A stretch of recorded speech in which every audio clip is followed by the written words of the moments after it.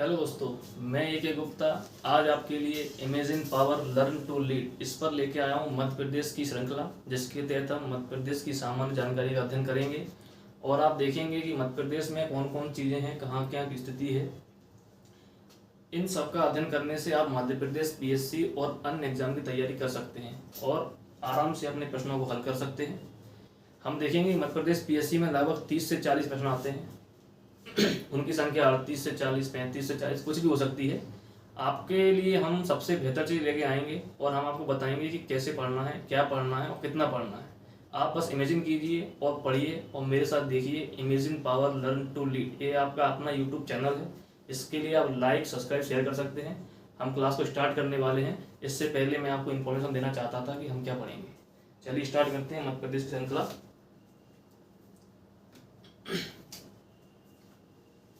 हम पढ़ने वाले हैं मध्य प्रदेश का सामान्य अध्ययन।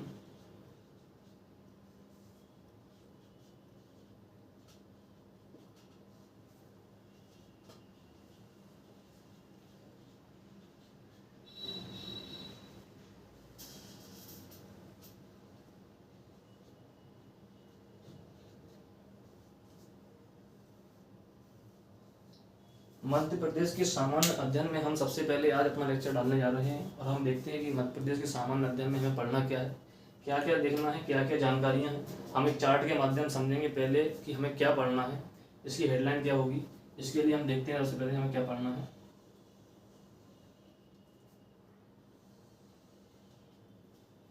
आप चाहें तो मेरे साथ चार्ट बना सकते हैं। पहले आप समझने पर ध्यान दीजिए, बाद में आप स्क्रीनशॉट लेके इसको सेव भी कर सकते हैं। सबसे पहले हम देखेंगे मध्य प्रदेश का परिचय।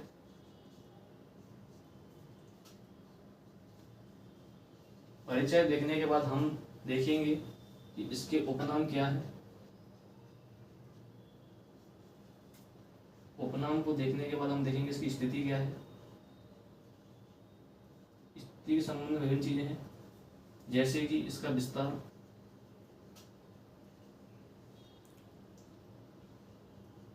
अक्षांशीय और देशांतरीय दोनों दृष्टि से देखेंगे। साथ में हम देखेंगे इसकी क्या लंबाई चौड़ाई को देखेंगे। तीसरा देखेंगे हम इसकी सीमावर्ती राज्य कौन से हैं।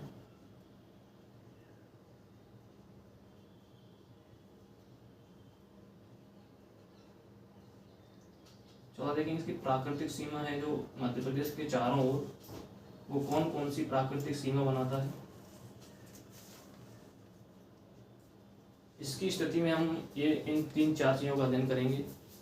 विस्तार, इसका अक्षांशीय देशांतरी विस्तार, इसकी लंबाई चौड़ाई कितनी, कहाँ से क्या है, सीमावर्ती राज्य कौन से हैं और प्राकृतिक सीमा कौन कौन सी बनाती है। इसके बाद स्थिति के बाद हम देखेंगे इसकी जलवायु। ये हम सामान्य चीज़ों का अध्ययन कर रहे हैं। सामान्य चीज़ों में जलवायु का टॉपिक है, ये आपका अलग टॉपिक है। हम सिर्फ सामान्य बात करेंगे अक्षांश देशांतर के हिसाब से। जलवायु के बाद हम देखेंगे इसकी प्रशासनिक स्थिति।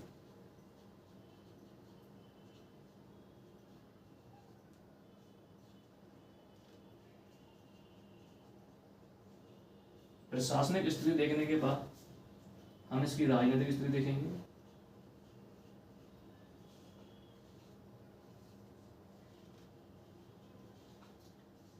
राजनीतिक स्थिति के अंतर्गत हम देखेंगे कि इसमें लोकसभा, विधानसभा, राज्यसभा की सीटें कितनी हैं, किस तरह इनका वितरण किया गया है। इसके बाद हम देखेंगे इसकी न्यायिक स्थिति। हालांकि ये टॉपिक आपके सब सभी टॉपिक आगे जाके हम डिटेल में कवर करेंगे। हम केवल सामान्य चीज़ें देख रहे हैं कि मध्य प्रदेश का परिचय सामान्य क्या है, उसके अंतर्गत क्या चीज़ें दिख रही हैं और अंत में हम देखेंगे मध्य प्रदेश के प्रतीक चिन्ह कौन कौन से।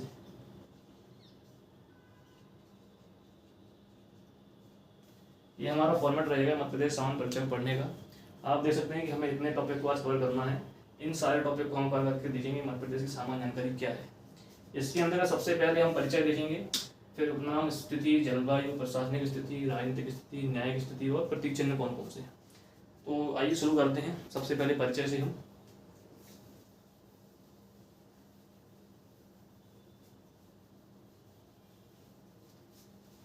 ध्यान से देखिएगा, मैं जो पढ़ाऊंगा आपको और उसको आप इमेजिन करने की कोशिश कीजिएगा। कुछ टॉपिक में आपके भूगोल से, कुछ टॉपिक में आपके पॉलिटी से रिलेट करूंगा, आपने पढ़े होंगे। नहीं पढ़े होंगे तो मैं आपको आगामी कक्षाओं में इंडिया का भूगोल, पॉलिटी सब कुछ पढ़ाऊँगा। बस आप पेशेंस बनाए रखिए और ध्यान दीजिए। हमको सबसे पहले पढ़ना है परिचय।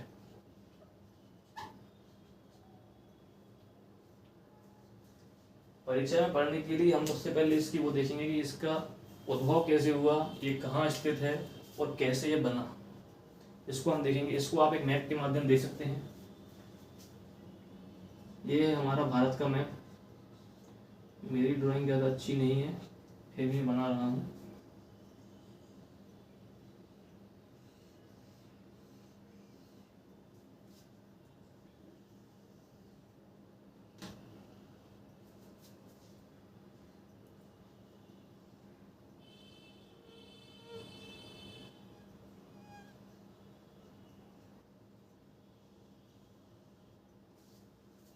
ये हमारा भारत का मैप है। आपको पता ही होगा, भूगोल में पढ़ते हैं कि जब पृथ्वी की उत्पत्ति हुई थी तो पृथ्वी एक गोलाकार थी। इसमें आगे जाके तो विभाजन हुए थे, अंगारा लैंड और गोंडवाना लैंड। आपको पता होगा भूगोल में पढ़ते हुए, गोंडवाना लैंड के विभाजन से जो कार्बोनिफेरस काल था आपका,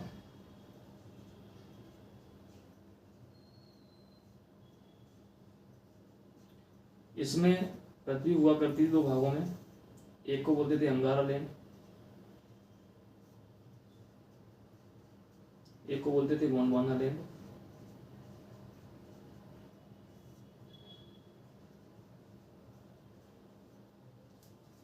कार्बोनिफेरस काल में ये दो भूगोल के खंड बने थे, अंगारा लैंड और गोंडवाना लैंड। इसी गोंडवाना लैंड में जुरासिक काल में विघटन हुआ था।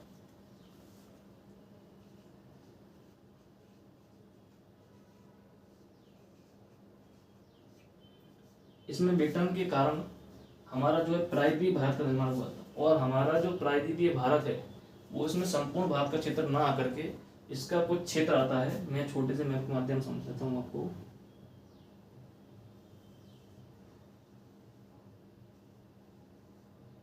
ये हमारा दिल्ली का क्षेत्र है, ये हमारा गुजरात का है, ये हमारा नॉर्थ ईस्ट का कुछ क्षेत्र है जिसे हम राजमहल बोलते हैं,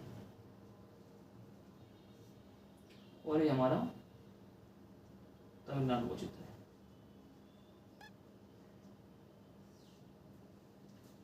ये हमारा प्रायद्वीपीय भारत है। इस प्रायद्वीपीय भारत का निर्माण गोंडवाना लैंड के विघटन से हुआ था। और इसी प्रायद्वीपीय भारत की स्थिति हम यहाँ देखेंगे तो यहाँ पर आपका एक राज्य है मध्य प्रदेश।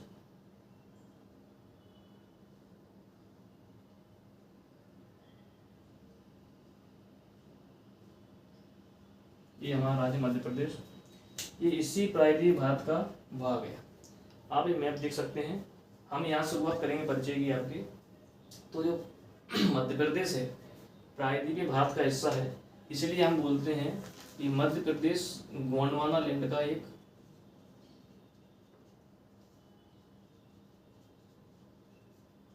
गोंडवाना लैंड से निर्मित एक प्राचीन भाग है। इसकी स्थिति आप इस मैप के माध्यम से समझ सकते हैं और देख सकते हैं कि ये गोंडवाना लैंड से कैसे बना है। और आप एक चीज यहाँ से स्पष्ट देख पा रहे होंगे कि ये हमारी जो सीमा है इधर, ये आपकी अंतर्राष्ट्रीय स्थलीय सीमा है और ये हमारी अंतर्राष्ट्रीय जलीय सीमा है। मध्य प्रदेश की जो स्थिति है, ना तो वो किसी अंतर्राष्ट्रीय स्थलीय सीमा पर स्थित है, ना ही किसी समुद्र को छूती है, इसलिए हम इसे भू आवेष्टित राज्य भी कहते हैं।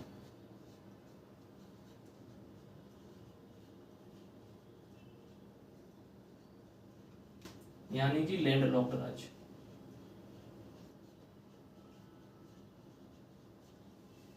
लैंड लॉक्ड राज्य वो होते हैं जो तो ना कोई अंतर्राष्ट्रीय स्थलीय सीमा पर स्थित होते हैं, ना उनकी स्थिति किसी जलीय भाग को छूती है, उन्हें हम भू आवेष्टित राज्य कहते हैं।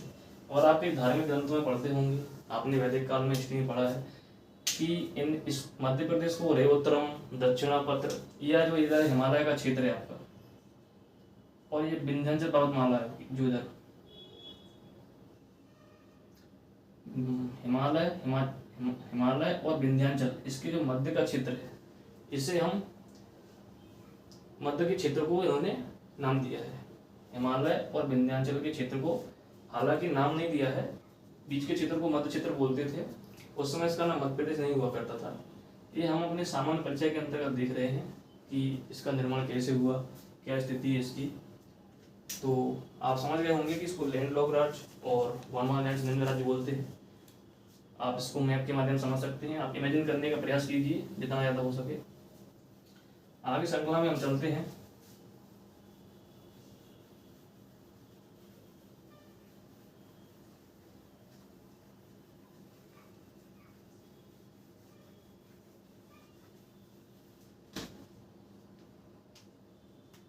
अब हमें अध्ययन करना है उपनाम का।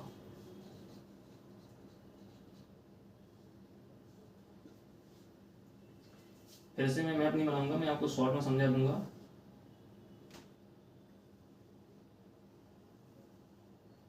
ये हमारा मध्य प्रदेश है।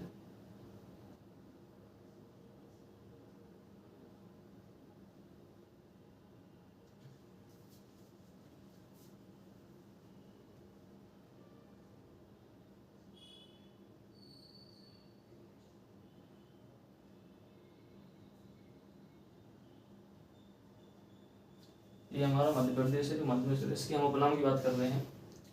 इसका नाम मध्य प्रदेश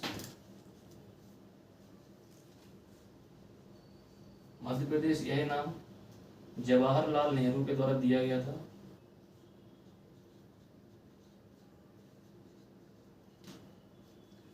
आपसे परीक्षाओं में कई बार पूछा जाता है कि मध्य प्रदेश का नाम मध्य प्रदेश किसने दिया था। याद रखिएगा, यह नाम जवाहरलाल नेहरू के द्वारा दिया गया है। कई किताबों में ऐसा मिलता है कि इसका जो नाम है 1949 के आसपास दिया गया था, 1949 या 50 के आसपास। उस समय इसका पुनर्गठन नहीं हुआ था और जवाहरलाल नेहरू के द्वारा यह नाम दिया गया था। इसका अन्य एक नाम है हृदय प्रदेश।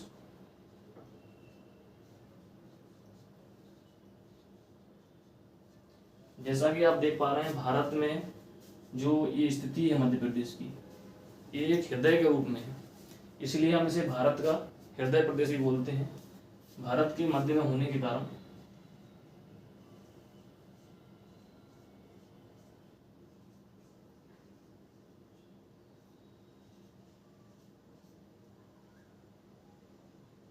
भारत के मध्य में होने के कारण इसे हृदय प्रदेश ही बोलते हैं। इसका एक अन्य नाम सोया प्रदेश है।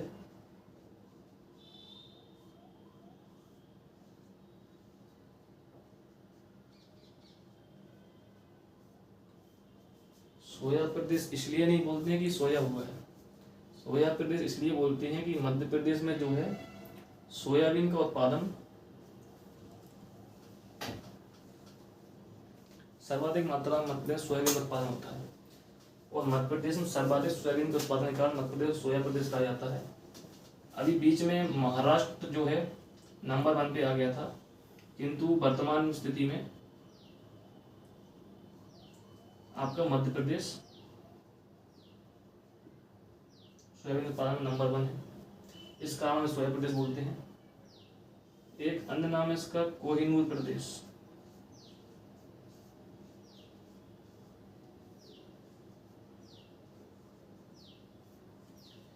कोहिनूर प्रदेश बोलने का कारण है मध्य प्रदेश में सबसे ज़्यादा हीरे का उत्पादन होता है कोहिनूर का। अभी आपने सुना होगा पन्ना का, छतरपुर का, बक्सवाहा के जंगल, यहाँ सब आपने देखा होगा कि हीरा का उत्पादन सबसे ज़्यादा होता है।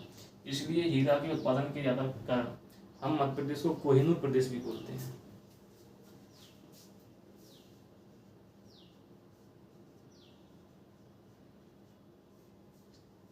एक अन्य नाम है आपका, पता होगा आपको, मैग्नीज स्टेट।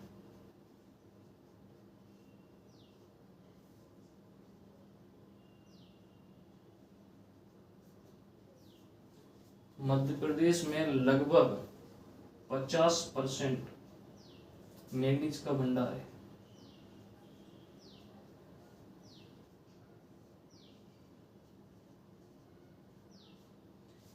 लगभग 50% मैग्नीज का भंडार होने के कारण मध्य प्रदेश को मैग्नीज राज्य भी बोलते हैं। ये आप पढ़ते होंगे, देखा होगा, बालाघाट का क्षेत्र है, यहाँ सबसे ज्यादा मैग्नीज का उत्पादन होता है, भंडार सबसे ज्यादा है। इसके अलावा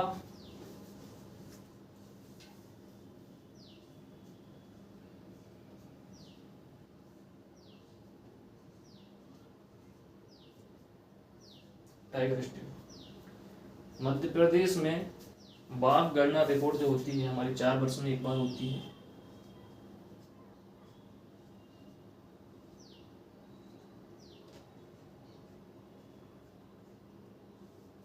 बाघ गणना रिपोर्ट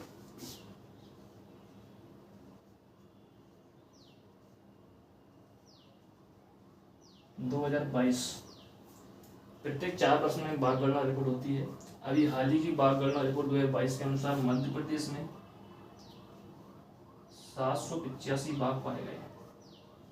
इतनी ज़्यादा संख्या होने के कारण मध्य प्रदेश को टाइगर स्टेट भी कहा जाता है। अभी अगली बाघ गणना रिपोर्ट जो होगी आपकी 26 में आएगी। आप उसको ध्यान से देखेंगे, पढ़ेंगे, आपके एग्जाम के पॉइंट ऑफ व्यू से महत्वपूर्ण रहेगी। अगला आपको पता होगा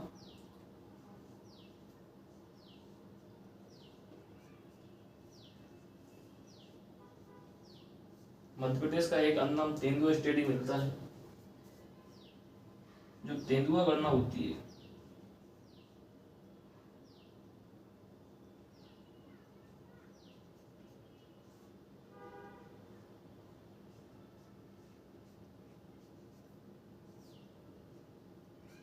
तेंदुआ गणना 2022 के हिसाब से मध्य प्रदेश में 3,907 तेंदुए हैं।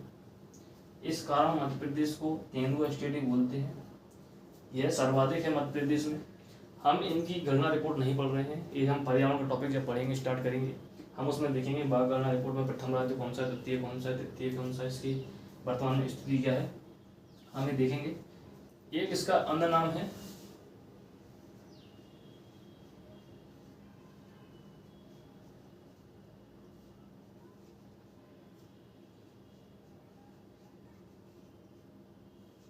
नदियों का मायका। मध्य प्रदेश को नदियों का मायका ही बोलते हैं। मध्य प्रदेश एक ऐसा राज्य है जहां भारत में सबसे ज़्यादा नदियों का उद्गम होता है और ये नदियां मध्य प्रदेश के अलावा भारत के अन्य राज्यों को भी जीवनदायिनी बनाती हैं, वहाँ जल का आह्वान करती हैं, इसलिए मध्य प्रदेश को नदियों का मायका बोलते हैं। ये मध्य प्रदेश का कुछ उपनाम है। मध्य प्रदेश तो उसका नाम ही है। हृदय प्रदेश, सोया प्रदेश, कोहिनूर प्रदेश, मैग्नीज राज्य, टाइगर स्टेट, तेंदुआ स्टेट और नदियों का मायका। इन सभी राज्यों को इनका दर्जा क्यों दिया गया इसकी स्थिति हम देख चुके हैं और आप समझ चुके होंगे कि इसके इतने नाम होने के कारण यह राज्य कितना महत्वपूर्ण है। आगे हम चलते हैं। आगे हमें इसकी मध्य प्रदेश की स्थिति देखना है, जो कि हम मैप के माध्यम से देखेंगे।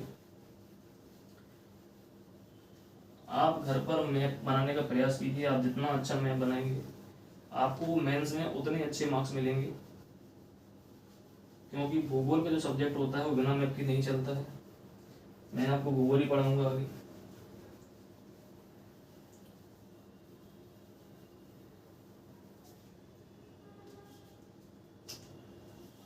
मैं पढ़ना है मध्य प्रदेश की स्थिति।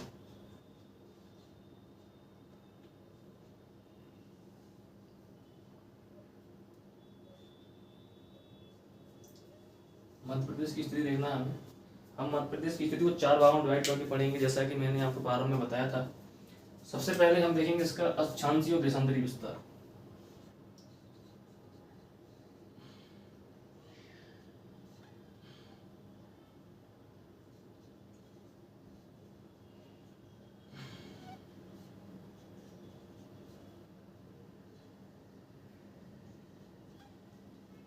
अक्षांशीय देशांतरी विस्तार देखेंगे हम। इसको हम मैप के माध्यम समझेंगे।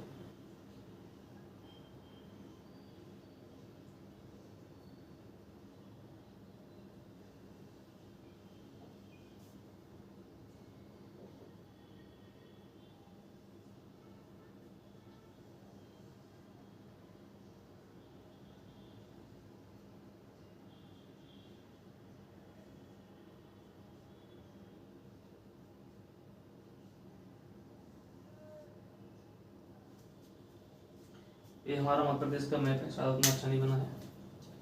इसको हम अक्षांशीय और देशांतरी स्थिति के रूप में देखेंगे। हम देखेंगे कि जो भारत का जो मैप है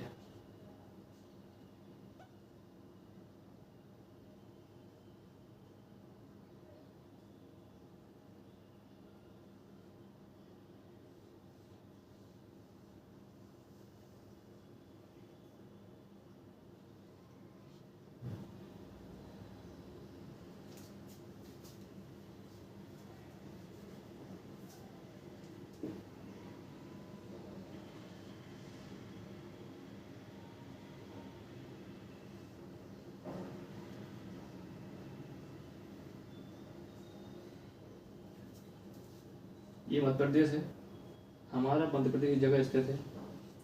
हम ये देखेंगे स्थिति के बारे में कि जो हमारे मध्य प्रदेश की स्थिति है वो अक्षांशीय और देशांतरीय दृष्टि से किस जगह स्थित है।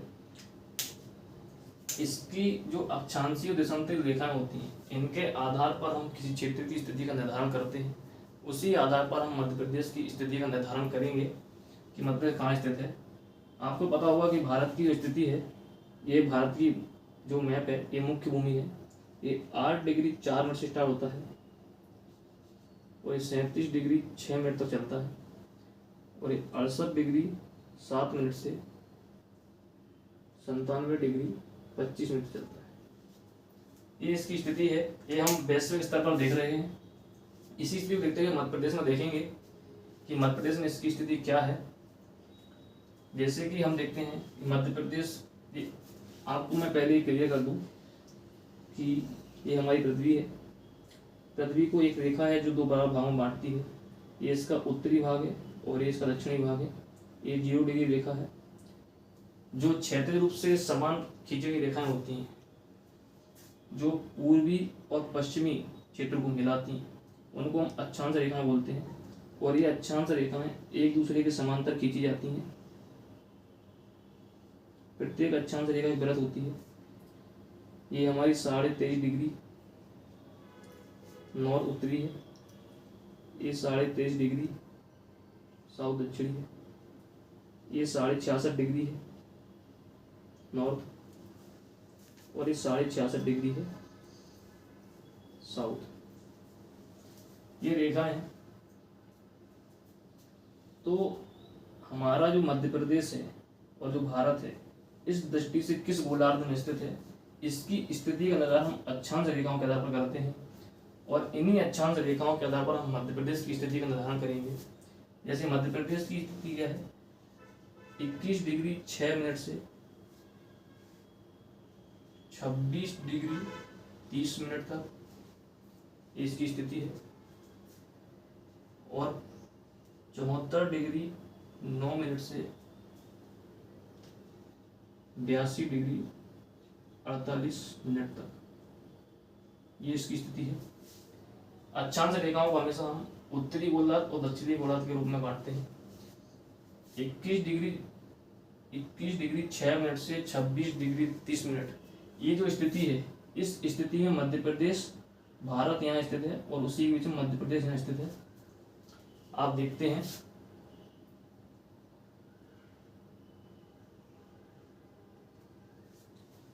तो हमारा जो भारत है उत्तरी गोलार्ध में स्थित है, क्योंकि 8 डिग्री से स्टार्ट हो रहा है। आप देख रहे हैं 0 डिग्री उत्तर में है, तो उत्तरी गोलार्ध में स्थित है। ये अक्षांशीय दृष्टि से देख रहे हैं और देशांतरीय दृष्टि से हम देखते हैं। एक मैप बनाते हैं। ये हमारी पृथ्वी है। ये उत्तरी ध्रुव को दक्षिण ध्रुव से मिलाने वाली जो रेखाएं होती हैं उन्हें हम देशांतर रेखाएं बोलते हैं। इन रेखाओं के माध्यम से हम किसी भी क्षेत्र की जो समय और स्थिति निर्धारण करते हैं। आप ये भूगोल में पढ़े होंगे। तो ये देशांतर रेखाएं हैं। हमारा जो मध्य प्रदेश 74 डिग्री से 68 डिग्री 74 डिग्री से 82 डिग्री 48 मिनट तक स्थित है। ये हमारी देशांतर रेखाएं हैं। इनके बीच की जो स्थिति है ये हमारी, आप देख सकते हैं मैप के माध्यम से। और ये कर्क रेखा आप देख रहे हैं, इसको बोलते हैं 23.5 डिग्री उत्तर को कर्क रेखा और 23.5 डिग्री बोलते हैं साउथ को मकर रेखा। तो हमारा भारत जो कि उत्तर में स्थित है और कर्क रेखा भारत के लगभग मध्य में गुजरती है और यही कर्क रेखा आपकी मध्य प्रदेश से गुजरती है, जो कि यहाँ से आप देख सकते हैं। थोड़ा ये मैप गड़बड़ हो गया है क्योंकि ये थोड़ा सा नीचे आना था। ठीक है, कोई दिक्कत नहीं है। तो कर्क रेखा जो है मध्य प्रदेश के लगभग, जो ये मालवा का क्षेत्र है, लगभग मालवा के मध्य क्षेत्र से ये कर्क रेखा गुजरती है। और ये कर्क रेखा भारत और मध्य प्रदेश को 2 कटिबंधों में बांटती है। आप कटिबंध पढ़ते होंगे, उष्ण कटिबंध, शीतोष्ण कटिबंध, शीत कटिबंध। ये तापमान के आधार पर निर्धारित होते हैं। तो जैसा कि हम देख रहे हैं कर्क रेखा, इस कर्क रेखा पर भारत के जो 8 राज्य हैं, ये कर्क रेखा जो है भारत के 8 राज्यों से गुजरती है। वो 8 राज्य कौन से हैं आप मुझे कमेंट सेक्शन में बता सकते हैं। अभी हम फिलहाल में एमपी की बात कर रहे हैं, तो हम एमपी को देखते हैं। और ये उज्जैन से स्टार्ट होती है कर्क रेखा। उज्जैन, रतलाम, आगरमालवा, राजगढ़, सीहोर, भोपाल, विदिशा, रायसेन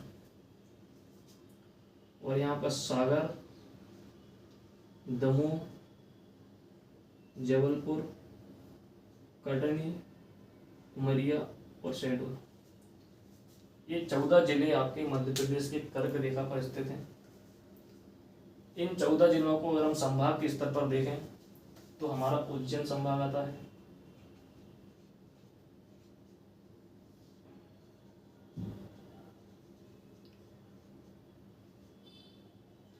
उज्जैन संभाग में आप देखते हैं 3 जिले स्थित हैं, उज्जैन, रतलाम और आगरमालवा। ये 3 जिले उज्जैन है जहाँ से कर्क रेखा गुजरती है। उसके अलावा आपका भोपाल संभाग है,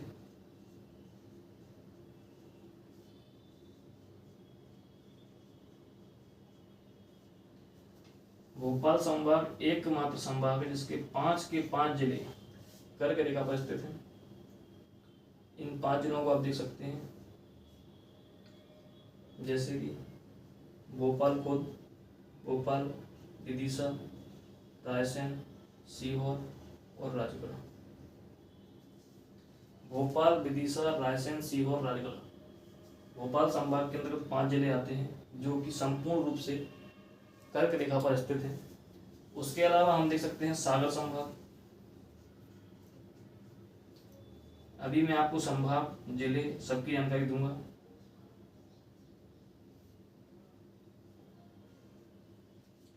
सागर संभाग के 2 जिले आते हैं, एक तो सागर स्वयं आता है, एक आपका दमोह आता है। सागर संभाग में 2 जिले सागर, दमोह। फिर आपका जो अगला संभाग है वो है जबलपुर,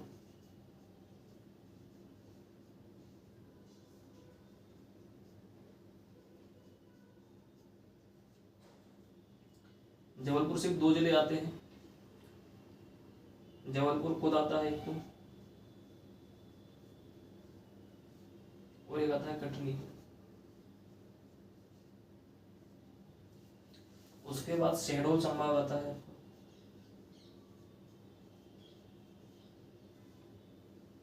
इस शहडोल संभाग से 2 जिले आते हैं, शहडोल स्वयं में आता है और एक उमरिया।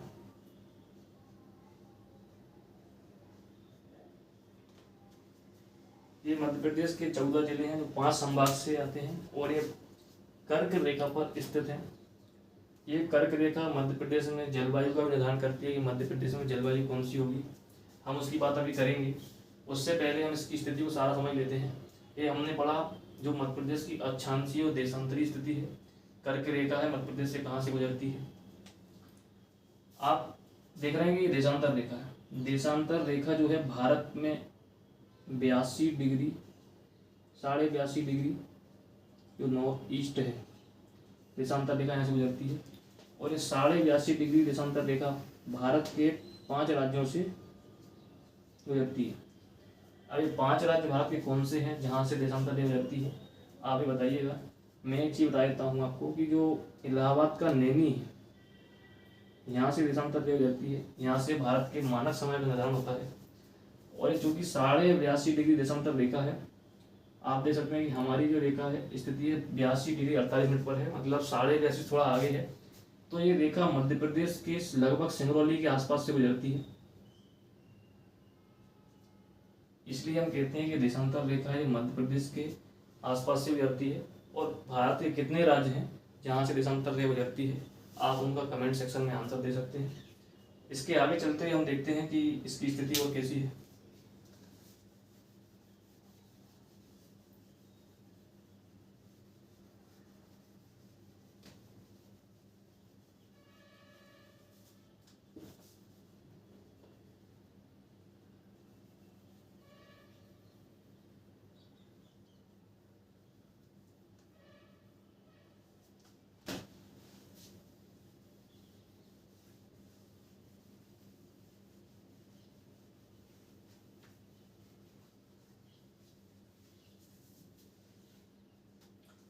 हमने देखा अक्षांशीय स्तर पर देखा हमने मध्य प्रदेश की स्थिति को।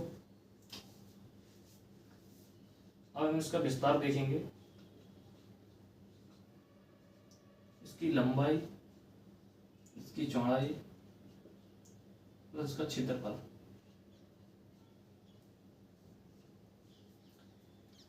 तो हमारा मध्य प्रदेश जो है भारत के मध्य में स्थित है। इसकी पूर्व से पश्चिम तक जो लंबाई है 870 किलोमीटर है। अच्छा, ये काम करते हैं, हम इसको डिवाइड करके पढ़ लेते हैं। मैं आपको दो मैप के माध्यम समझाता हूँ।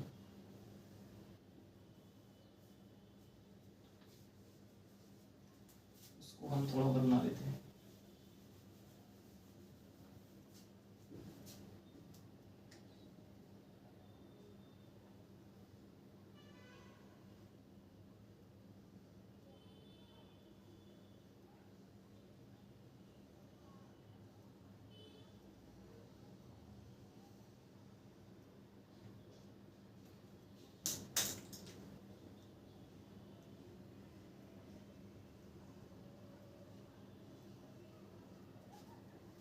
एक हमारा मैप ये है, ऐसा ही एक मैप हम दूसरा बना लेते हैं।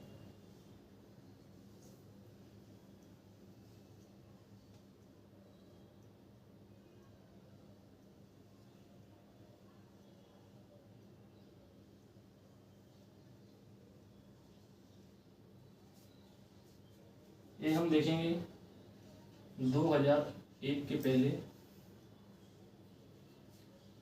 मतलब मध्य प्रदेश का जो विभाजन हुआ था उसके पहले और मध्य प्रदेश के विभाजन के बाद मध्य प्रदेश की स्थिति क्या थी। तो जो मध्य प्रदेश के पूर्व की स्थिति है, विभाजन के पूर्व की,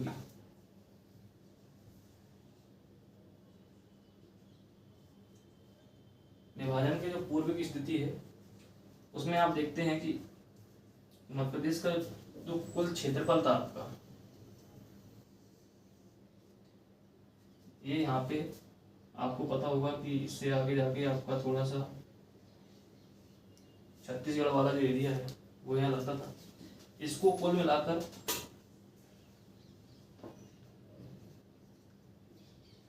4,43,446 वर्ग किलोमीटर मध्य प्रदेश का क्षेत्रफल था जब मध्य प्रदेश का गठन हुआ था 1956 में। उस समय इसका क्षेत्रफल 4,43,446 वर्ग किलोमीटर था, जो लगभग संपूर्ण भारत का 13.6% हुआ करता था। इतना बड़ा राज्य जो कि मध्य प्रदेश का सबसे बड़ा राज्य हुआ करता था मध्य प्रदेश भारत का, लेकिन विभाजन के बाद इसमें आप देख रहे हैं परिवर्तन की, इसका छत्तीसगढ़ का हिस्सा है वो अलग हो गया है। और इसकी हम लंबाई चौड़ाई की बात करते हैं तो जो पूर्व से पश्चिम तक लंबाई थी वो 1127 किलोमीटर थी, और जो उत्तर से दक्षिण की लंबाई थी वो लगभग 990 या 970 किलोमीटर के आसपास थी। पूर्व से पश्चिम की आप देखते हैं। विभाजन के बाद हम देखते हैं मध्य प्रदेश की जो वर्तमान स्थिति है, इसकी लंबाई चौड़ाई कितनी थी, इसका क्षेत्रफल कितना था। तो जो वर्तमान जो हमारा मध्य प्रदेश है इसका कुल क्षेत्रफल था 308,252 या कहीं कहीं 308,245 वर्ग किलोमीटर मिलता है। इतना अंतर क्यों है अभी हम समझेंगे। इसकी जो लंबाई चौड़ाई है, उत्तर से दक्षिण तक जो लंबाई है इसकी 605 किलोमीटर है, और जो पूर्व से पश्चिम तक जो लंबाई है वो 870 किलोमीटर है। ये मध्य प्रदेश की जो लंबाई चौड़ाई है और इसका क्षेत्रफल है। आप ये क्षेत्रफल देख रहे हैं, इतना अंतर क्यों है 7 वर्ग किलोमीटर का। एक यहाँ जगह है अनूपपुर, यहाँ एक जगह है अमरकंटक, यहाँ पर स्थित है केरार घाटी।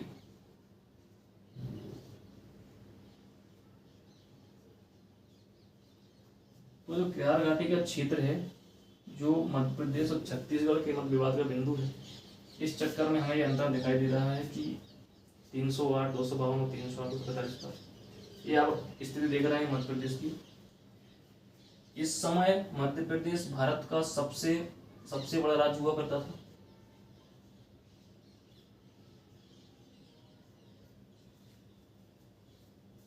दो 2011 की जनगणना के अनुसार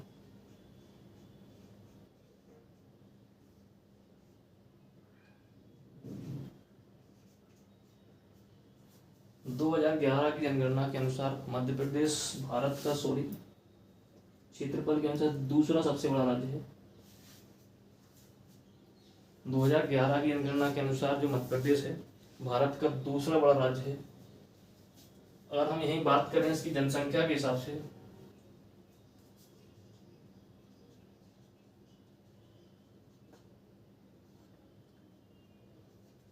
तो 2011 के अनुसार ये छठवां बड़ा राज्य हुआ करता था। और वर्तमान स्थिति अगर देखें तो यह पांचवा बड़ा राज्य है। हालांकि आपको वर्तमान का नहीं पूछता है, आपको पूछता है कि 2011 की जनगणना के अनुसार जो मध्य प्रदेश का स्थान है जनसंख्या के अनुसार वो कितने नंबर पर, तो 6वें नंबर पर। और ये 5वां नंबर वर्तमान में क्यों दिखाई दे रहा है? आपको पता है कि आंध्र प्रदेश का जो विभाजन हुआ था तेलंगाना के रूप में, इस कारण इसको हम वर्तमान में 5वां राज्य बोलते हैं। ये हमारी स्थिति हमने देखी है, लंबाई चौड़ाई क्षेत्रफल के हिसाब से मध्य प्रदेश की स्थिति क्या रही है। आप इसको फैक्ट के रूप में केवल समझ सकते हैं। मैं आपको ज़्यादा भाषा नहीं लिख रहा हूँ, केवल फैक्ट लिख रहा हूँ कि आप ताकि आपको समझने में आसानी हो।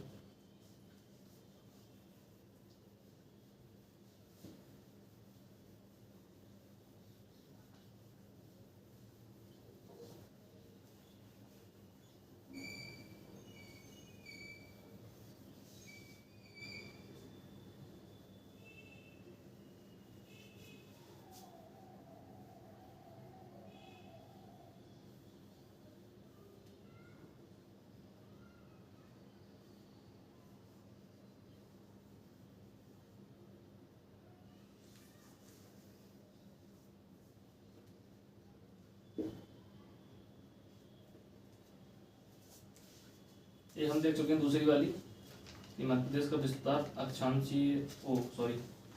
लंबाई चौड़ाई क्षेत्रफल के हिसाब से कैसा था। तीसरा देखना है हमको इसको सीमावर्ती राज्य कौन से हैं, सीमा किस किस से बनाता है।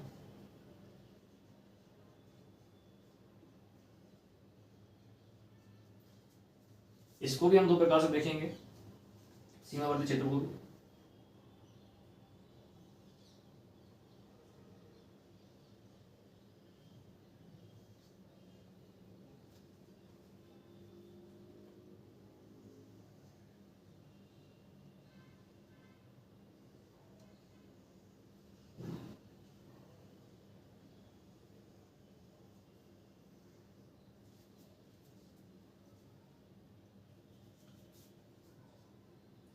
ये हमारा विभाजन से पूर्व है।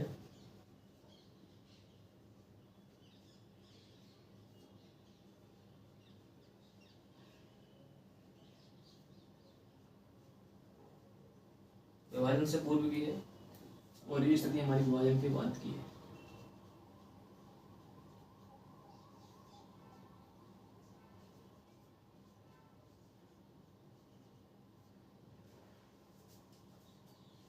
जो विभाजन से पूर्व था तो मध्य प्रदेश की जो सीमा है, सीमा बोलते हैं मध्य प्रदेश किन किन राज्यों से घिरा हुआ है, कितने राज्य मध्य प्रदेश सीमा बनाते हैं, कौन कौन से जिले हैं जो मध्य प्रदेश के जिले हैं जो अन्य राज्यों में सीमा बनाते हैं। तो हम विभाजन से पूर्व देख रहे हैं। तो मध्य प्रदेश में विभाजन से पूर्व जो थे 7 राज्य थे जो मध्य प्रदेश सीमा बनाते थे। यहाँ आपको पता है आपका यूपी हुआ करता था, यहाँ आपका राजस्थान, यहाँ आपका गुजरात, यहाँ आपका महाराष्ट्र। फिर जब आपका छत्तीसगढ़ वाला एरिया यहाँ कुछ लगा हुआ था तो यहाँ आपका था आंध्र प्रदेश, यहाँ आपका था उड़ीसा, और जो ये वाला एरिया था वो था बिहार का। जैसा कि आप देख पा रहे हैं ये 7 राज्य थे। ये 7 राज्य मध्य प्रदेश के विभाजन से पूर्व मध्य प्रदेश की जो सीमावर्ती क्षेत्र थे इनसे सीमा साझा करते थे। ये हमारा मध्य प्रदेश का विभाजन से पूर्व का है, और विभाजन के बाद आप देख रहे हैं हमारा मध्य प्रदेश का क्षेत्र है। और इस मध्य प्रदेश के क्षेत्र से विभाजन के बाद कौन कौन से राज्य सीमा बनाते थे, तो आपका ये राज्य हुआ करता अभी है यूपी में, ये आपका राजस्थान का क्षेत्र है, ये आपका गुजरात का क्षेत्र है, ये आपका महाराष्ट्र का क्षेत्र है, और जो छत्तीसगढ़ अलग हुआ है अब ये मध्य प्रदेश से सारा सीमा करता है। तो विभाजन के बाद जो है मध्य प्रदेश से 5 राज्य सीमा बनाते हैं, उत्तर प्रदेश, राजस्थान, गुजरात, महाराष्ट्र, छत्तीसगढ़।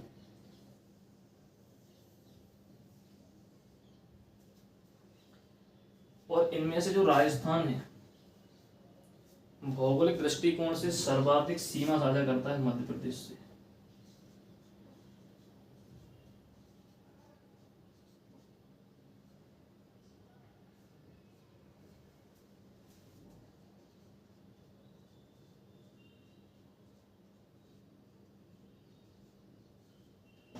इसका जितना बड़ा एरिया है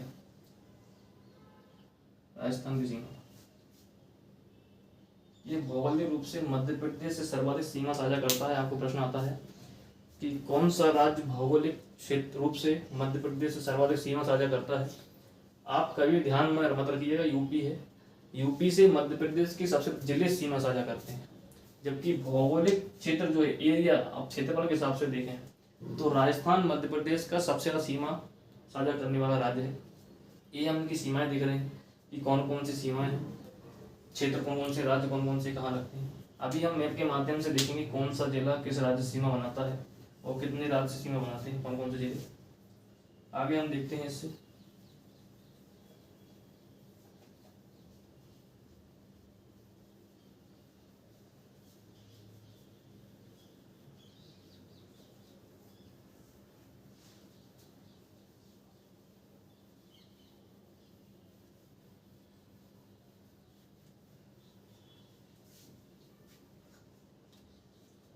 चौथी हमारी स्थिति थी प्राकृतिक सीमा।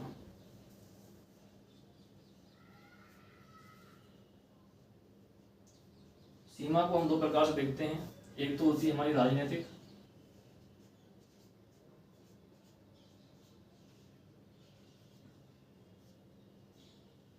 और एक होती है प्राकृतिक।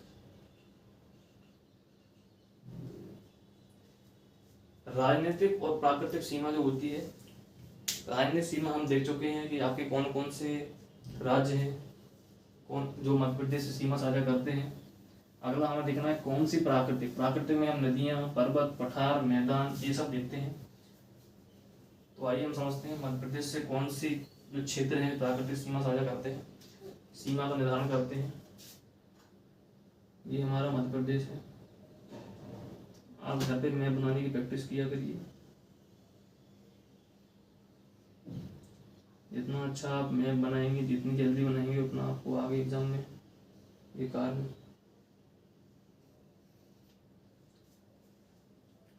तो ये हमारा उत्तरी जो क्षेत्र है, यहाँ पे आपको पता है कि गंगा यमुना का मैदान है।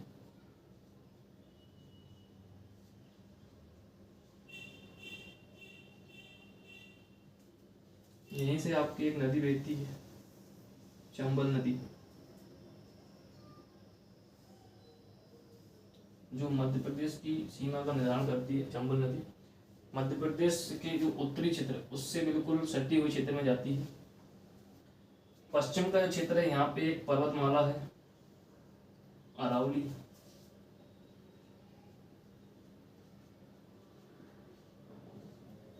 अरावली क्षेत्र जो है पश्चिम में मध्य प्रदेश की सीमा साझा करता है। दक्षिण में अगर हम देखें तो यहाँ पे आपको पता होगा कि एक पर्वतमाला है सतपुड़ा, साथ ही यहाँ से नदी बहती है ताप्ती।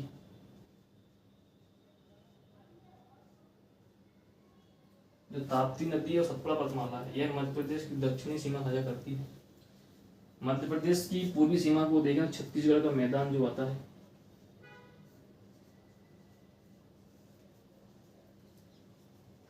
मध्य प्रदेश की जो स्थिति है, गंगा यमुना का मैदान, चंबल नदी, अरावली पर्वतमाला, ताप्ती नदी, यहाँ सतपुड़ा पर्वत है और यहाँ छत्तीसगढ़ का मैदान। ये प्राकृतिक क्षेत्र है, ये मध्य प्रदेश की सीमा का निर्धारण करता है कि मध्य प्रदेश किन प्राकृतिक क्षेत्रों के मध्य में स्थित है। इस चीज से हम इस बात का अंदाजा ला सकते हैं कि मध्य प्रदेश के आसपास जो प्राकृतिक क्षेत्र हैं वो कितने संपन्न हैं, और मध्य प्रदेश उनसे कितना जुड़ा हुआ है। आप आगे पढ़ेंगे गंगा यमुना का जो मैदान है आर्थिक दृष्टि संपन्न है, यहाँ भारत में सबसे ज्यादा आबादी स्थित है क्योंकि यह सबसे ज्यादा उपजाऊ क्षेत्र है। ये मध्य प्रदेश की स्थिति देख चुके हैं 4 भागों में, जो कि हम पढ़ रहे थे आगे। अब हम आगे चलते हैं, इसको आगे बढ़ाते हुए हम देखते हैं।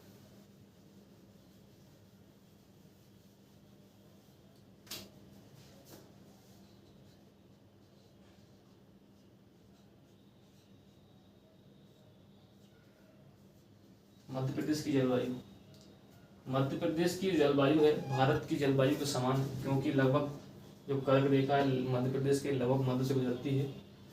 तो जो मध्य प्रदेश की जलवायु है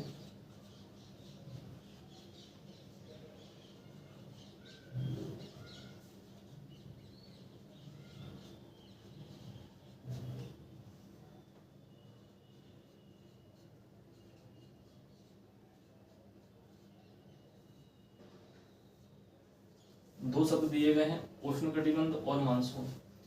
पूरा मिलाकर मध्य प्रदेश की जलवायु है उष्णकटिबंधीय मानसूनी जलवायु है। और इस जलवायु का निर्धारण जो है मध्य प्रदेश में, मध्य प्रदेश के मध्य से गुजरने वाली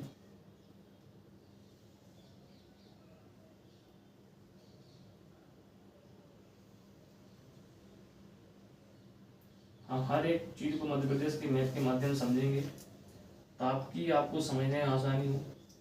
आप देखते होंगे कि जो चीज़ें होती हैं वो मैप के माध्यम से ज़्यादा समझ में आती हैं। मेरे को तो मैप के माध्यम से समझ में आती हैं, क्योंकि किसी भी चीज़ का अगर हम फोटो देखते हैं तो हमारा माइंड जो है फोटो बहुत जल्दी से कैच करता है, पकड़ पाता है, हम याद रख पाते हैं।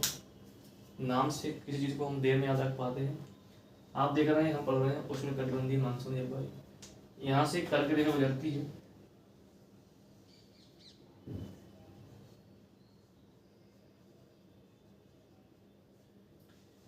कर्क रेखा मध्य प्रदेश को लगभग 2 भागों में बांटती है। और मैंने आपको बताया कि कटिबंध होते हैं, उष्ण कटिबंध, शीतोष्ण कटिबंध और शीत कटिबंध।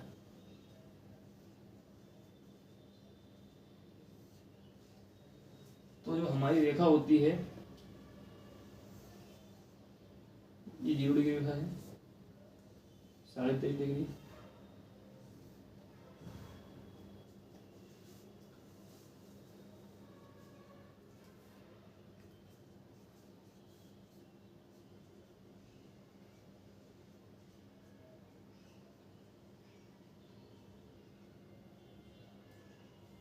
ये हमारे 3 कटिबंध हैं, उष्ण कटिबंध, शीतोष्ण कटिबंध और शीत कटिबंध। तो जो कर्क रेखा है ये कर्क रेखा है आपकी 23.5 डिग्री, ये हमारा उष्ण कटिबंध भारत के मध्य से और लगभग मध्य प्रदेश के मध्य से गुजरती है, आप देख रहे हैं।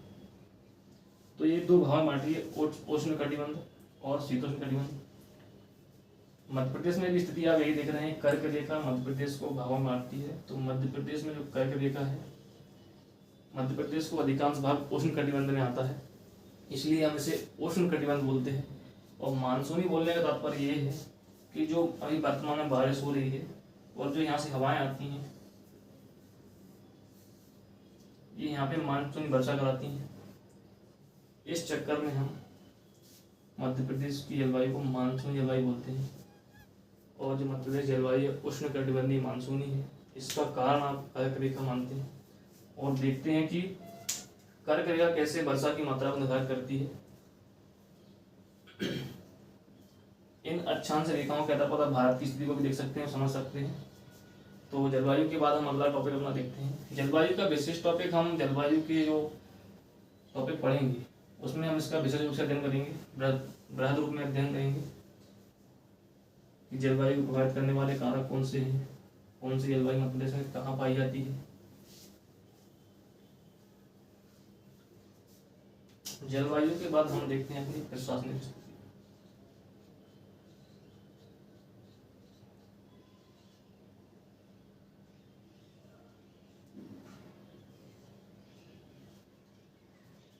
प्रशासनिक स्थिति में सबसे पहले हम देखेंगे इसकी राजधानी,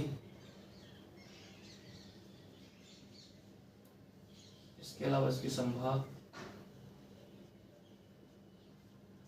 जिले,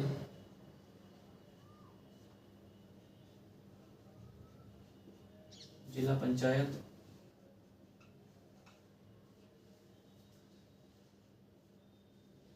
नगर निगम,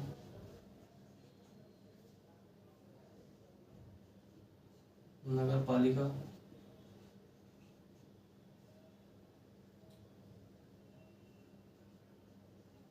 ग्राम पंचायत,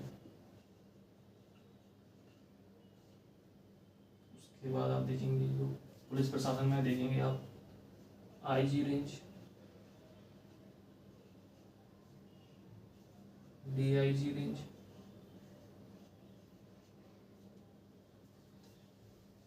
इन सब का अध्ययन करेंगे हम प्रशासनिक में।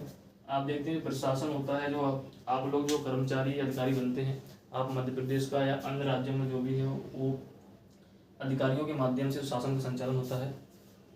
जैसे हम देखते हैं मध्य प्रदेश की राजधानी भोपाल है,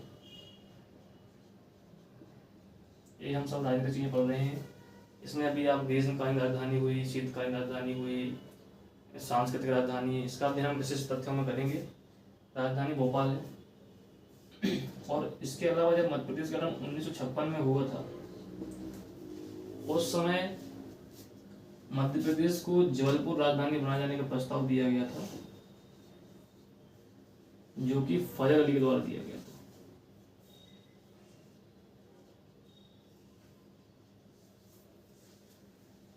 हालांकि जबलपुर को राजधानी न बनाकर भोपाल को बनाया गया। इसका कारण यह था कि भोपाल में जो प्रशासनिक इमारतें हैं, सर्वाधिक संख्या उनका स्ट्रक्चर था, ताकि भोपाल का प्रशासन आसानी संचालित किया सके।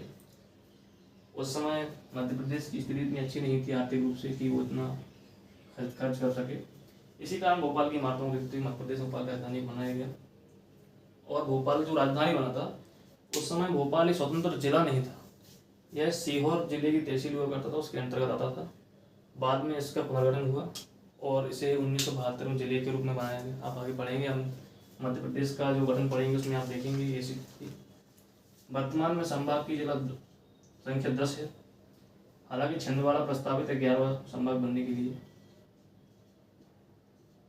अभी तक इसका गठन नहीं हुआ है, इसलिए आप 10 को याद रखिएगा। ये तो प्रस्तावित है, प्रस्तावित चीज़ें पेपर में कभी पूछी नहीं जाती हैं। जिले हमारे 55 हैं। अभी आपने देखा है कि जो भी चुनाव हुआ था 2022 में, चुनाव से पूर्व जिले 3 जिले गठित किए गए थे। पहले की संख्या 52 थी, जो मैहर है, आपका पांडुरना है और मऊगंज है। ये 3 जिले एक्स्ट्रा बनाए गए थे 2022 में। जिला पंचायत की संख्या 52 है। अब ये 2 चीज़ें आप देख रहे हैं कि प्रत्येक जिले में जिला पंचायत होती है, तो यहाँ 3 का अंतर क्यों? मैंने अभी आपको बताया है कि जो 3 जिले बने हैं नहीं, वो चुनाव से पूर्व बने थे, और जो उनका जो गठन हुआ है चुनाव के बाद हुआ है। तो इनमें जो प्रशासन का कार्य है, जो उनके पुराने जिले इनके अंतर्गत वो आते थे, उसी के तहत अभी इनका संचालन किया जाता है। आगामी जो चुनाव होंगे उसके बाद जो निर्धारण होगा, इनमें जिला पंचायत अपनी खुद की स्वयं कार्य करेगी, और आगामी जो जिले बनेंगे उनका निर्धारण भी 2027 में होने वाले चुनाव के आधार पर होगा। यह आप याद रखिएगा। प्रश्न आ जाए कि मध्य प्रदेश में जिला पंचायतों की संख्या कितनी है, तो आपको 52 याद रखना है। हालांकि जिले 55 हो चुके हैं। अभी हम मैप के माध्यम से उनकी स्थिति को देखेंगे। नगर निगम की संख्या मध्य प्रदेश 17 है। 2023 में भिंड को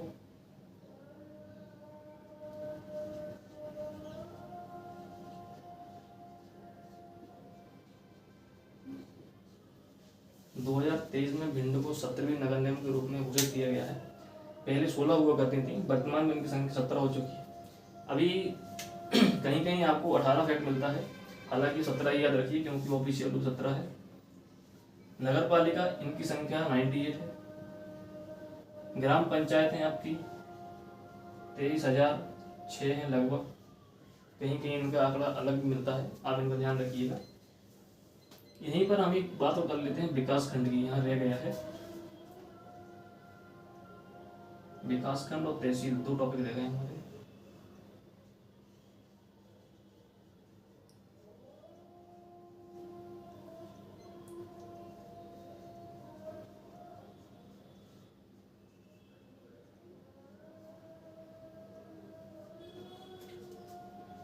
विकासखंड हमारे 313 है और तहसील हमारी 428 वर्तमान इनकी संख्या है। पहले 424 हुआ करती थी, इनकी संख्या वर्तमान में 428 हो चुकी है।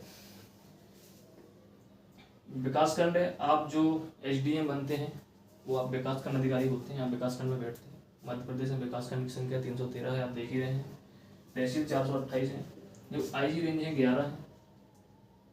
इनको याद करने का सबसे तरीका है 10 संभाग ले लीजिए आप, प्लस 1 है जो बालाघाट है।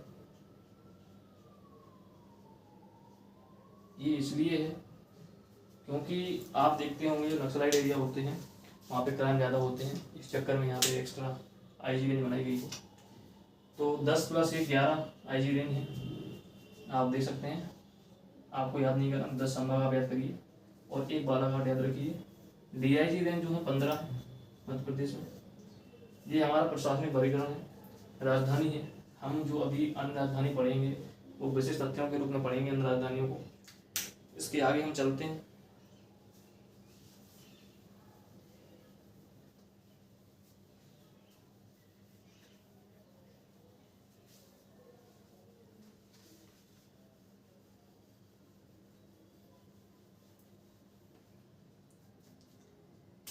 अब हमें देखना है इसकी राजनीतिक स्थिति क्या है।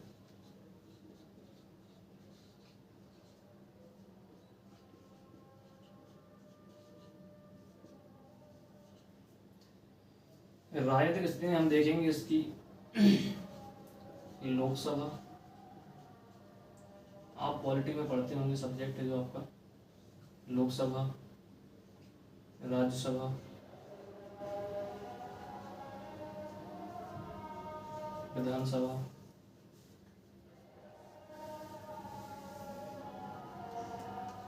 और विधान परिषद।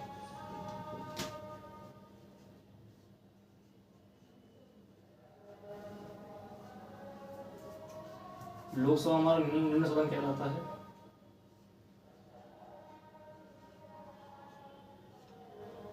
राज्यसभा हमारा उच्च सदन कहलाता है। इसी प्रकार विधान परिषद उच्च सदन है राज्य के स्तर पर, और विधानसभा निम्न सदन है राज्य के स्तर पर।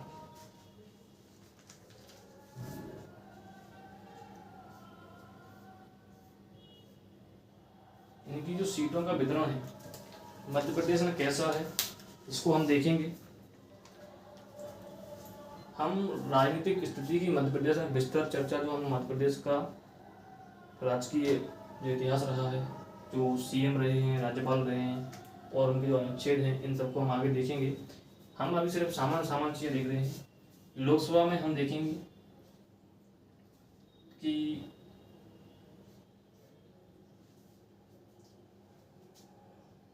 क्या बोलते हैं, सॉरी, हाँ, लोकसभा में मध्य प्रदेश में जो वर्तमान सीटें हैं उनकी संख्या है 29। राज्यसभा मध्य प्रदेश में इनकी संख्या है 11। विधानसभा में इनकी संख्या है 230। पहले है 2019 से पहले है 231 थी, अब इसकी चर्चा करेंगे। और मध्य प्रदेश में विधान परिषद का कोई गठन नहीं है, ना इसकी कोई वो संस्था है। मध्य प्रदेश में इसका गठन नहीं किया गया है विधान परिषद का। मध्य प्रदेश में केवल एक सदनीय विधायिका है, जिसे हम विधानसभा बोलते हैं। जो 29 सीटें हैं लोकसभा की मध्य प्रदेश में, इनका वितरण किया गया है। जो संविधान का अनुच्छेद 330 आप पढ़ते हैं, इसमें लोकसभा में आरक्षण दिया गया है।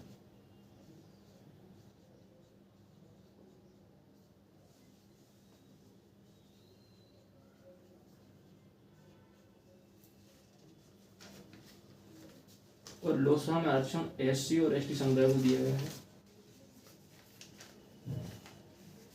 और जो है आरक्षण मध्य प्रदेश की जो लोकसभा की सीटें 29, उसमें से एससी को 4 सीटें और एसटी को 6 सीटें दी गई। इनकी संख्या 4 है और एसटी की संख्या 6 है। अब कौन कौन से जिले हैं जहां मध्य प्रदेश में एससी सीटों का आरक्षण किया गया है लोकसभा के क्षेत्र में, उनको हम देखते हैं।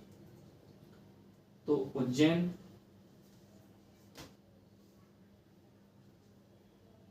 शाजापुर,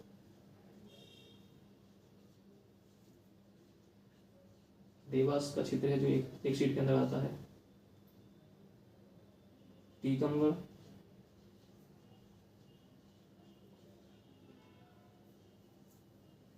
और भिंड, ये 4 सीटें हैं जहां मध्य प्रदेश में अनुसूचित जाति को लोकसभा के क्षेत्र में आरक्षण दिया गया है। ये सीटें ऐसी हैं यहाँ हमेशा एससी समुदाय का व्यक्ति ही कैंडिडेट चुना जाता है। और 6 क्षेत्र ऐसे हैं जहाँ मध्य प्रदेश के अनुसूचित जनजाति यानी कि एसटी समुदाय को चुना जाता है। उन 6 सीटों के हम नाम देखते हैं।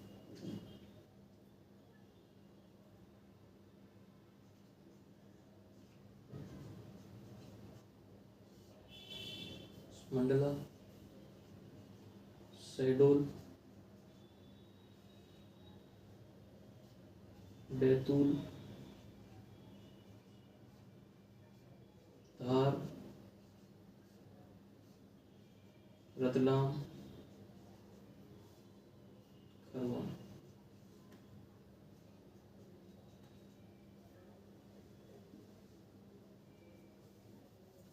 ये 6 जिले मध्य प्रदेश के लोकसभा के अनुसूचित जनजाति के लिए आरक्षित रखे गए हैं। संविधान के अनुच्छेद 330 जो कि लोकसभा में आरक्षण प्रदान करता है, इसके तहत मध्य प्रदेश में आरक्षण दिया गया है। और इस आरक्षण को जो है 104वां संविधान संशोधन है, जो आपका कॉन्स्टिट्यूशनल अमेंडमेंट 2019 का जो बिल है, इसके अनुसार इनके आरक्षण को लोकसभा और विधानसभा में 10 वर्ष के लिए आगे बढ़ा दिया गया है।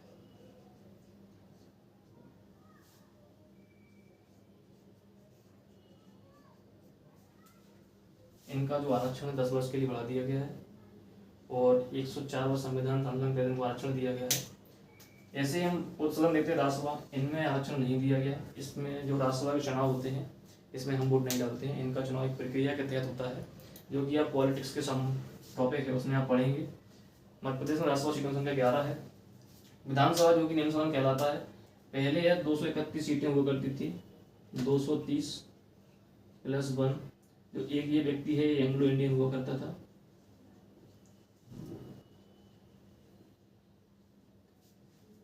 एक 104वें संविधान संशोधन के तहत एंग्लो इंडियन का आरक्षण समाप्त कर दिया गया है विधानसभा और लोकसभा दोनों में। इसलिए मध्य प्रदेश में वर्तमान 230 सीटें हैं और विधान परिषद का मध्य प्रदेश में गठन नहीं किया गया है। ये चीज आप लिंक करके पढ़ा सकते हैं। जैसे मैंने बताया हमसे 330 104वां संविधान संशोधन के तहत आरक्षण दिया गया है।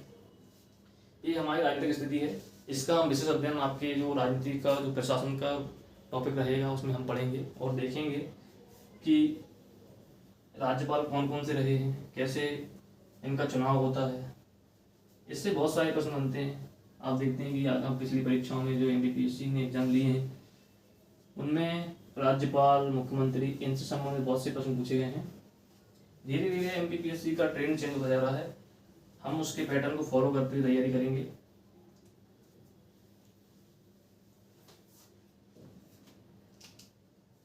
अभी देखना था हमको न्याय की स्थिति। हम सामान्य जानकारी देख रहे हैं। मध्य प्रदेश का सामान्य परिचय देख रहे हैं। सामान्य परिचय में हम उसके सारे आयामों को कवर करने का प्रयास कर रहे हैं और देख पा रहे हैं कि कैसी कैसी चीजें मध्य प्रदेश में हो रही हैं, कैसे गठन हुआ, कैसे क्या हुआ। इसका न्याय की स्थिति में देखा तो मध्य प्रदेश का जो उच्च न्यायालय है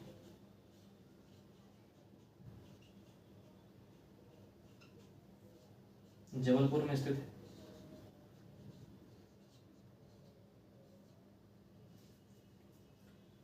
पहले यह 1956 से पूर्व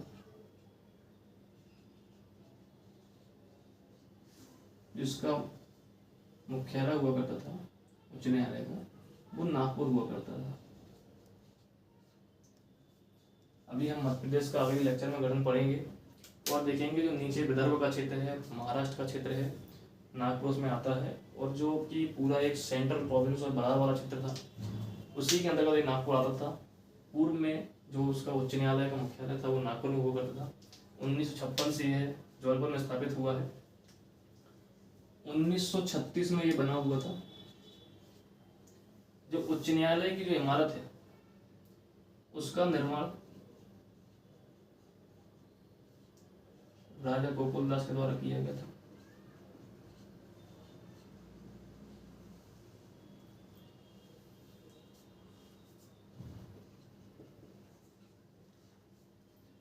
इसके वास्तुकार जो थे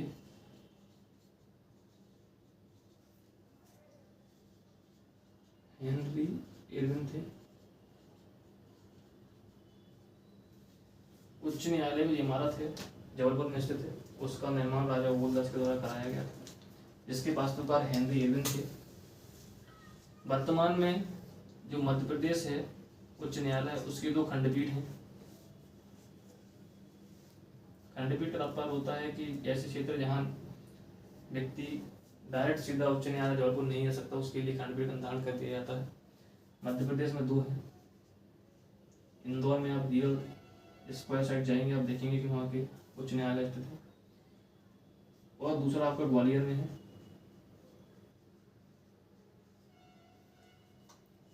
भोपाल में खंडपीठ अभी स्थापित नहीं है, हालांकि प्रावधान है कि यहाँ खंडपीठ बनाई जाएगी, अभी तक बनाई नहीं गई है, और लगभग शायद ऐसा प्रावधान 2005 से है। एक बार आप इसकी डेट चेक कर लीजिएगा। तो जो हम न्यायाधीश देख रहे हैं मध्य प्रदेश का उच्च न्यायालय जबलपुर में स्थित है। 1956 से पूर्व यह नागपुर में स्थित था। निर्माण इसका राजा गोकुलदास ने कराया था। वास्तुकार हेनरी इरविन हुआ करते थे। 2 खंडपीठ हैं, इंदौर और ग्वालियर। भोपाल में प्रस्तावित है, प्रावधान नहीं है, अपन इसको प्रस्तावित बोल सकते हैं। ये हमारी न्यायिक स्थिति है। आप जो हम राजनीति पढ़ेंगे मध्य प्रदेश की, उसमें हम न्यायिक स्थिति को और बेहतर तरीके से समझेंगे, जिसमें हम मध्य प्रदेश में अभी तक के जितने न्यायाधीश रहे हैं उनके बारे में अध्ययन करेंगे। कौन सी पहली ग्राम न्यायालय खोली, वो सब देखेंगे। वर्तमान में हमको देखना है प्रतीक चिन्ह।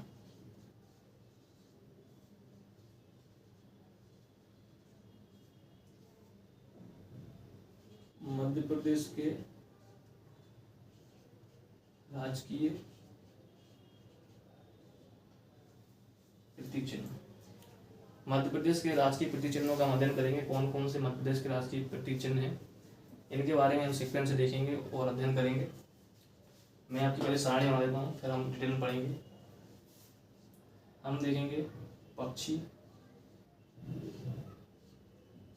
पशु, वृक्ष, पुष्प,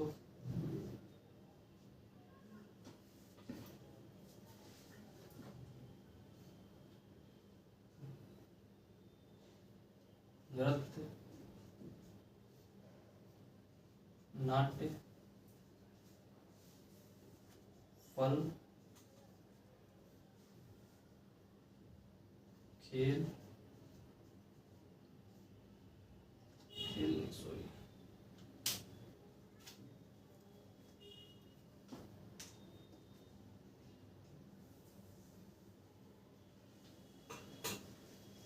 मछली, जलीय जीव,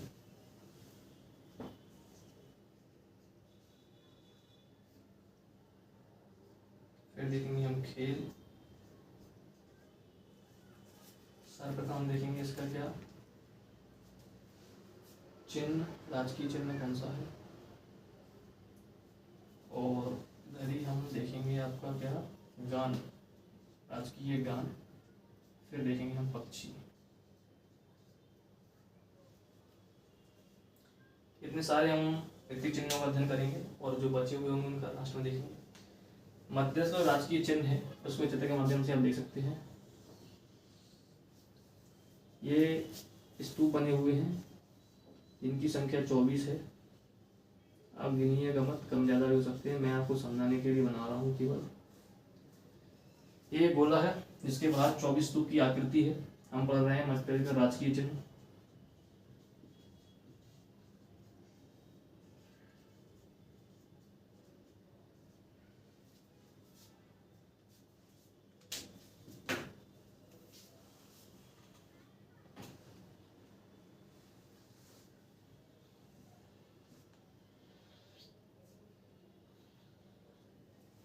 यहाँ लिखा हुआ है मध्य प्रदेश शासन।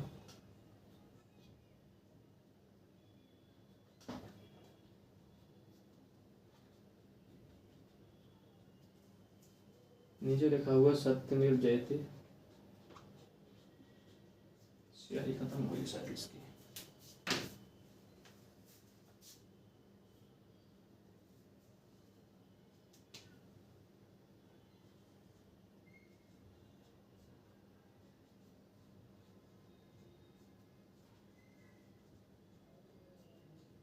यहाँ लिखा है आपका सत्यमेव जयते।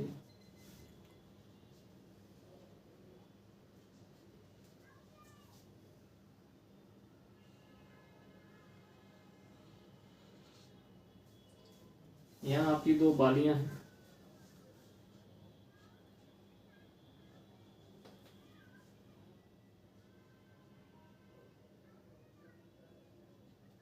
गेहूं और चावल की दो बालियां आपको देखने को मिलेंगी इस चिन्ह में। यहाँ आपका एक चिन्ह बना है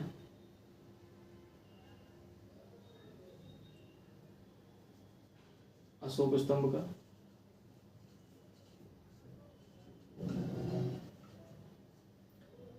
उसके पीछे आपका राजकीय वृक्ष है बरगद, इसको दर्शाया गया है। ये हमारा जो मध्य प्रदेश का राजकीय चिन्ह है। इसके बाहर 24 स्तूप आकृति को दिख रहे हैं यहाँ। फिर एक गोला है, उसके नीचे मध्य प्रदेश शासन लिखा हुआ है। मध्य प्रदेश शासन के नीचे सत्यमेव जयते लिखा हुआ है। इसमें गेहूं और धान की दो बालियां अंकित हैं। जो अंदर वाला केंद्रीय गोला है उसमें आपको अशोक स्तंभ मिलेगा और साथ में आपका राजकीय वृक्ष बरगद की आपको फोटो दिखाई देगी। ये हमारा मध्य प्रदेश का राजकीय चिन्ह है। मध्य प्रदेश का जो राजकीय गान है, सुख का दाता सबका साथी,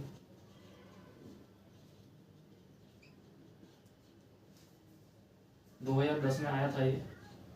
इसके जो लेखक हैं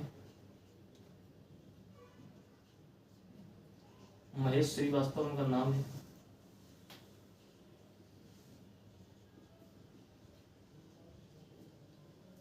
इनकी एक पुस्तक है प्रणाम मध्य प्रदेश।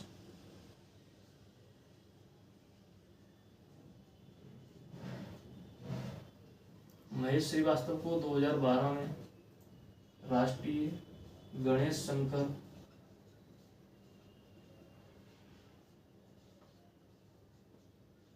विद्यार्थी पुरस्कार से नवाजा गया है। जो मध्य प्रदेश का राजकीय पक्षी है, जिसको हम बोलते हैं दूधराज शाही बुलबुल।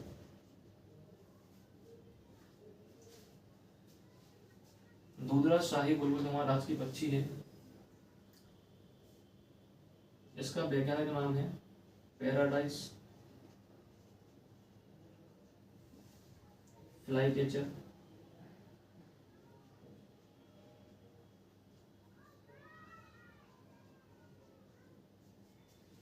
पैराडाइस फ्लाईकैचर का नाम है।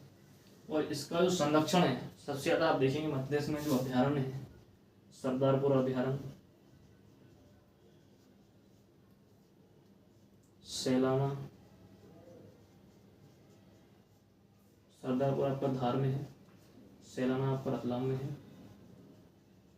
मैं आपको हर चीज लिंक करके पढ़ा रहा हूँ। मैं यहाँ भी खत्म कर सकता था इसको, मैंने आपको ये बताया इसलिए ताकि आप लिंक कीजिए। आपको मेंस में लिंक करके लिखना है और जितना अच्छा लिंक कर पाएंगे उतना अच्छा आपका आंसर रहेगा। इसके बाद हम देखते हैं राजकीय पशु। राजकीय पशु हमारा है बारहसिंगा।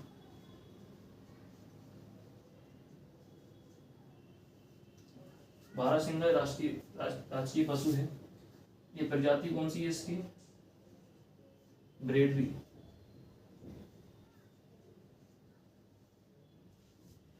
बारहसिंगा है ब्रेडरी, इसकी प्रजाति है ब्रेडरी। और यह मध्य प्रदेश के कान्हा किसली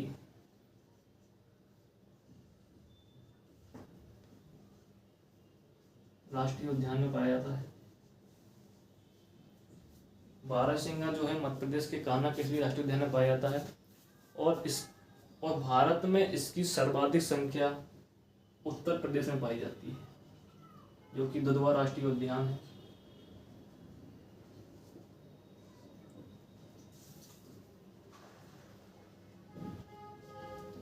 दुधवा राष्ट्रीय उद्यान में बारहसिंगा सर्वाधिक मात्रा में पाया जाता है। मध्य प्रदेश में यह कान्हा किस लिए राष्ट्रीय उद्यान पाया जाता है? राजकीय पुष्प है लिलियम कैंडियम,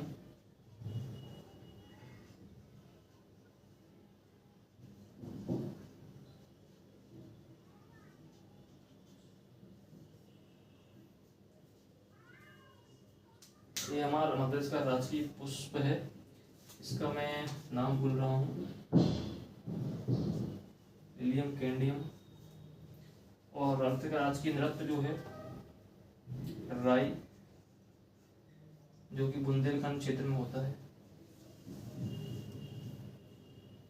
अच्छा ये याद आ गया, सफेद लिली इसका नाम है। सफेद लिली राजकीय पुष्प है, इसको हम लिलियम कैंडियम तो बोलते हैं। जो राई मध्य प्रदेश का राजकीय नृत्य है वो राई है। मध्य प्रदेश के बुंदेलखंड क्षेत्र में यह नृत्य किया जाता है। मृदंग बजाते हैं, आपने देखा होगा, मृदंग की थाल पर इसको बजाया जाता गाया जाता है। जो मध्य प्रदेश का राजकीय नाट्य है वो है हमारा क्या, माचा।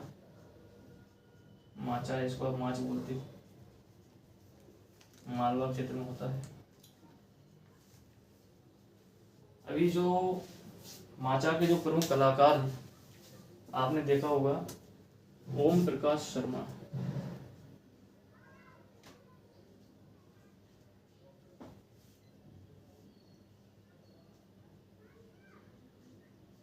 इन्हें पद्मश्री दिया गया है। जो मध्य प्रदेश का राजकीय नाट्य है माचा, इसके प्रमुख कलाकार हैं ओम प्रकाश शर्मा, जिन्हें पद्मश्री से सम्मानित किया गया है। पद्मश्री हमारा भारत का सम्मान है, कला के क्षेत्र में दिया जाता है। राजकीय फल है हमारा क्या, आम। जैसे हम मैग्नीफेरा इंडिका भी बोलते हैं।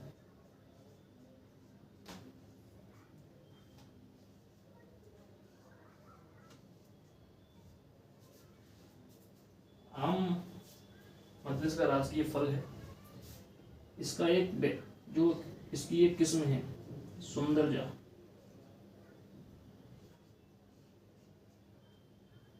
ये रीवा में मिलता है। इसे 2023 में जीआई टैग दिया गया है। आपका जो एमपी इकोनॉमी का पार्ट है उसमें आप जीआई टैग पढ़ते हैं, तो आप ध्यान रखिए सुंदरजा रीवा में पाया जाता है, जो कि 2023 में उसको जीआई टैग मिला है। एक नूरजहां प्रजाति है आम की भी, जो अलीराजपुर में पाई जाती है, कभी कहीं एग्जाम में पूछा जाता है। राजकीय मछली जो है मध्य प्रदेश की महासीर है। IUCN की रेड लिस्ट में शामिल है ये मछली। 2011 में इसे मध्य प्रदेश की राजकीय मछली घोषित किया गया था। नर्मदा नदी में भी पाई जाती है महासीर। मध्य प्रदेश का राजकीय खेल है मलखम्ब। इसकी हम कुछ जानकारी देख लेते हैं। मध्य प्रदेश का जो राजकीय खेल है मलखम्ब, उसको एक पाइप के लिए जो एक वो होता है पिलर होता है उसके आसपास खेला जाता है मलखम्ब को। मध्य प्रदेश का राजकीय खेल 2013 में घोषित किया गया था। इसकी जो अकादमी है उज्जैन में स्थित है।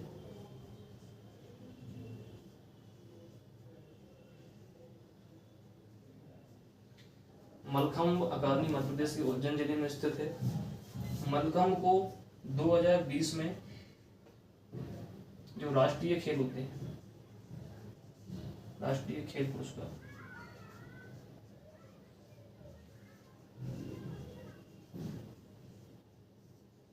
राष्ट्रीय खेल पुरस्कार की सूची में 2020 में मलखम्ब को शामिल किया गया था। और इसके लिए एक सरकार, मध्य सरकार द्वारा एक